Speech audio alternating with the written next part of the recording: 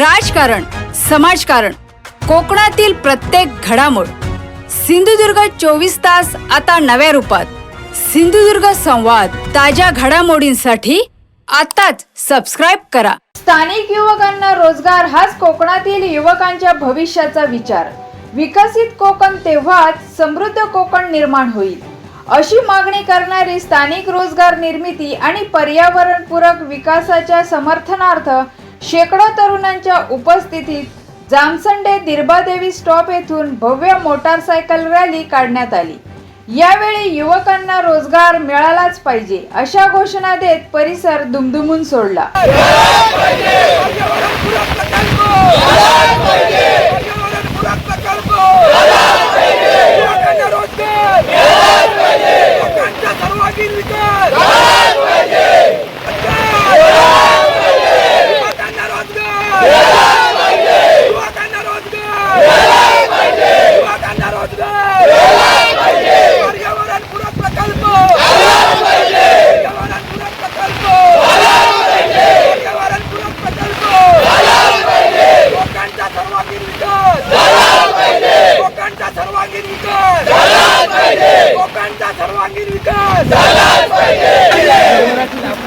सगळी मुलं इकडे शिकतात आणि परत बाहेर जातात आणि काही मुलं इकडे शिकतात काही कर्म अनुवाद करतात. पण आम्हाला चांगलं इथे रोजगार नाही, त्यापेक्षा राजकारण थांबवा आणि आम्हाला रोजगाराची संधी उपलब्ध करून इथे जमलो आहोत.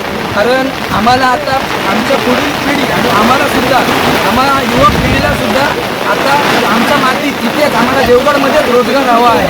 आणि देवगडमध्ये जर पर्यावरणपूरक प्रकल्प येत असतील तर त्याचा आम्ही स्वागत करायला तयार आहोत. पर्यावरणपूरक प्रकल्प येत असतील म्हणजे आम्ही देवगडवासी युवक सर्व त्यांचं स्वागतच करत आहोत. आणि देवगडात हा रोजगार युवकांना मिळालाच पाहिजे. बहुतेक युवक हे मुंबई पुण्याला नोकरी धंद्यासाठी जातात. त्यांना निदान आपल्या गावात काम करण्याची संधी मिळावी, आपल्या कुटुंबासोबत काम करण्याची संधी मिळत असेल आम्ही त्याचं स्वागतच करत आहोत. आई वडील शेतकरी असल्यामुळे आम्हाला मुंबई पुण्यासारख्या शहरामध्ये आम्हाला घर भाडं हे परवडत नाही आणि आम्हाला हा रोजगार इथेच मिळावा, या देवगड तालुक्यातच मिळावं.